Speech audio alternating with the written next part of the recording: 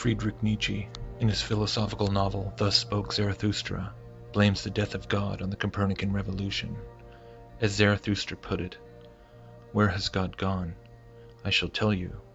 We have killed him, you and I. We are his murderers. But how have we done this?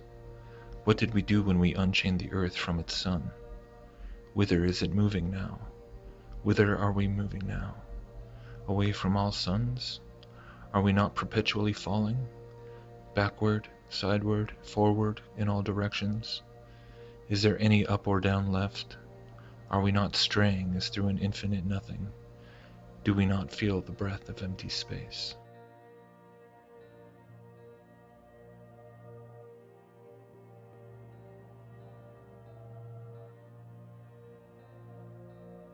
Historian Herbert Butterfield, in The Origins of Modern Science, indicates that the Copernican revolution, quote, "outshines everything since the rise of Christianity and reduces the Renaissance and Reformation to the rank of mere episodes, mere internal displacements, within the system of medieval Christendom, while transforming the whole diagram of the physical universe and the very texture of human life itself.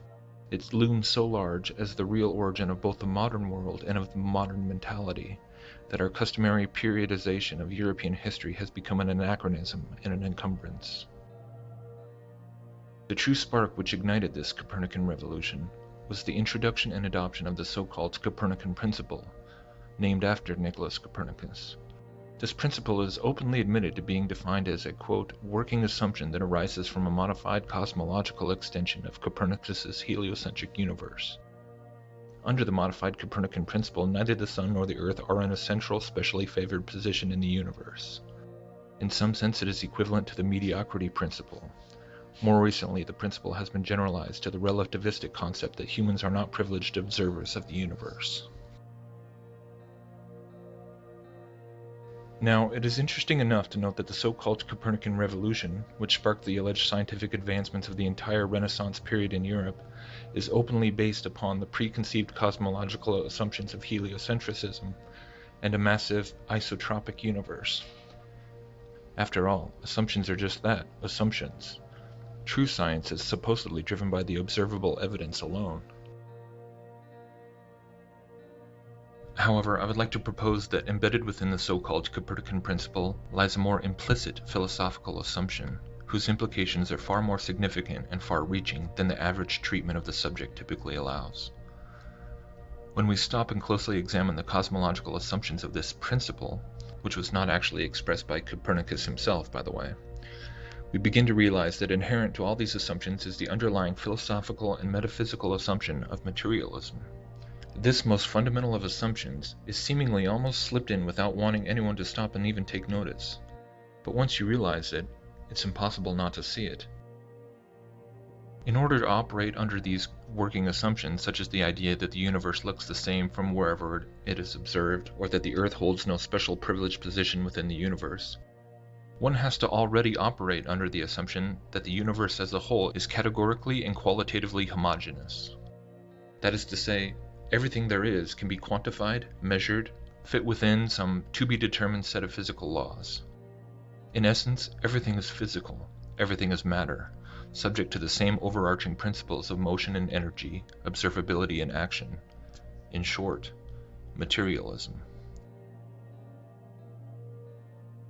Now, once this philosophical assumption was set in place and accepted within the circles of academia as the foundational piece upon which all else was built, everything which followed that comprised the so-called scientific revolution, through the Renaissance on up to the modern day, carried with it this underlying philosophical assumption. And this is of great consequence, because indeed, from our current standpoint in history, this is not something that is at all appreciated, particularly by people who prefer to hold on to a glowing appraisal of figures like Isaac Newton, who is heralded by many modern Christians as an epitomal example of a seemingly God-fearing Christian man, who furthered the advances of science and human knowledge, because he is believed to have been motivated by a theistic worldview which accepted that the creation should logically have an observable order and that could be measured and calculated with our God-given ability to reason. But men like Newton were not building upon such an oversimplified philosophical framework alone. The materialistic implications of the Copernican principle were being furthered and strengthened by his famous work in Principia and others, whether he was fully aware of their future ramifications or not. Good intentions are not the ultimate measure of truth, and so it was with Newton in his attempt at establishing a mathematical compendium of the physical laws of the universe. Because once the foundational assumption of materialism had been thoroughly applied towards the physical sciences by men such as Copernicus, Kepler, and Newton, and their theoretical mathematical models, it didn't stop there. After the physical sciences had become dominated by this materialistic paradigm, it continued on into the biological sciences. Darwinism did not arise in a vacuum, nor did any of the subsequent academic onslaughts of social and behavioral sciences. What's more, the many offshoots of social Darwinism, such as humanism and communism, all trace their rotten fruit back to the same philosophical seed of this assumed Copernican principle. Once you have eyes to see, you can go back through each chapter of the development of modern scientific thought and trace the steps of how this amorphous thing we now often refer to as scientism gradually spread through Europe and the supposedly Christianized world and systematically attacked every tenet of biblical Christianity, one piece at a time.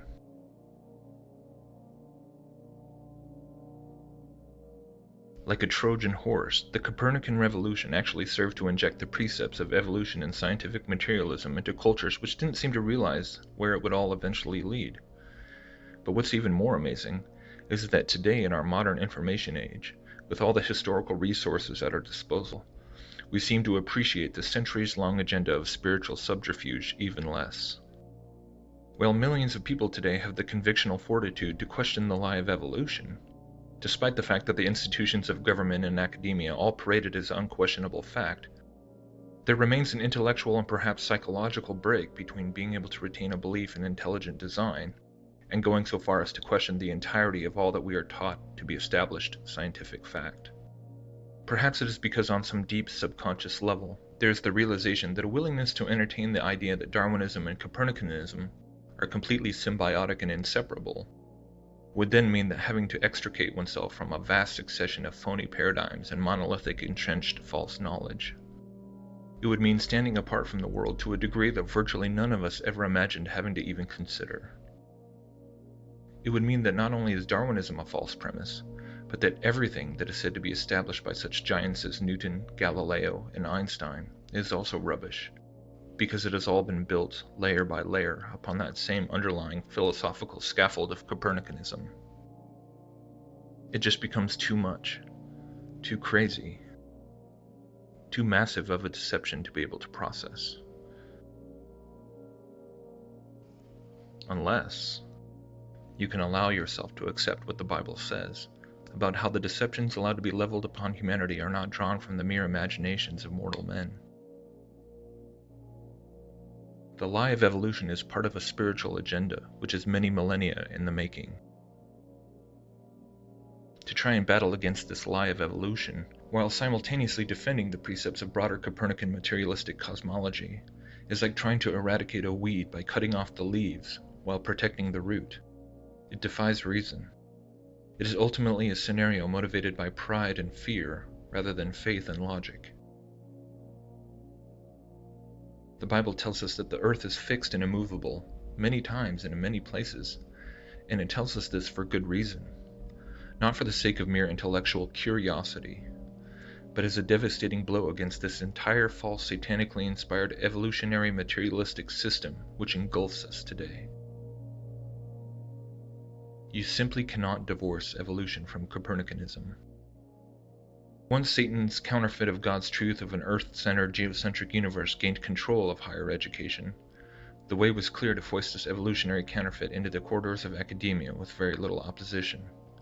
The road had already been paved. Copernicans Voltaire and Erasmus Darwin, Charles's grandfather, were developing an ape-man theories in the 1700s.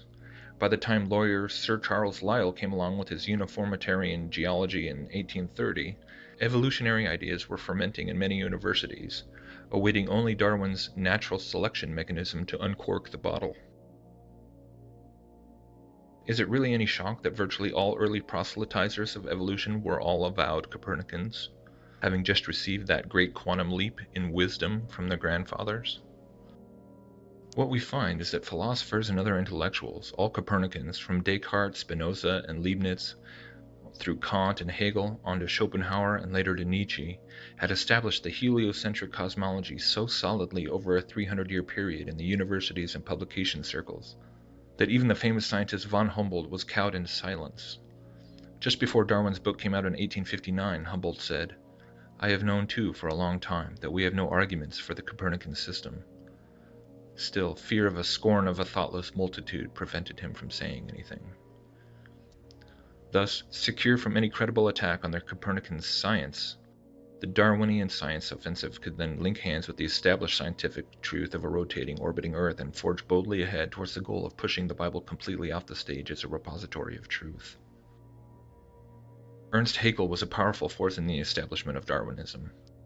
Ernst Haeckel wedded the idea of classical physics, Copernicanism, with the new Darwinian history of nature to form a comprehensive, materialistic cosmology, or anti-theology. This very comprehensive materialist cosmology is what we are up against today, and excepting a handful, most of us don't even realize this. Evolutionism does not stand alone as a Bible-wrecking, contra-scientific deception. No, evolutionism is historically, philosophically, scientifically, and spiritually wedded to a previously conceived Bible-wrecking contra-scientific deception called Copernicanism. The creation movement today denies or ignores this wedded union and thus is not nearly the threat to Satan's kingdom in the world that it can and should be.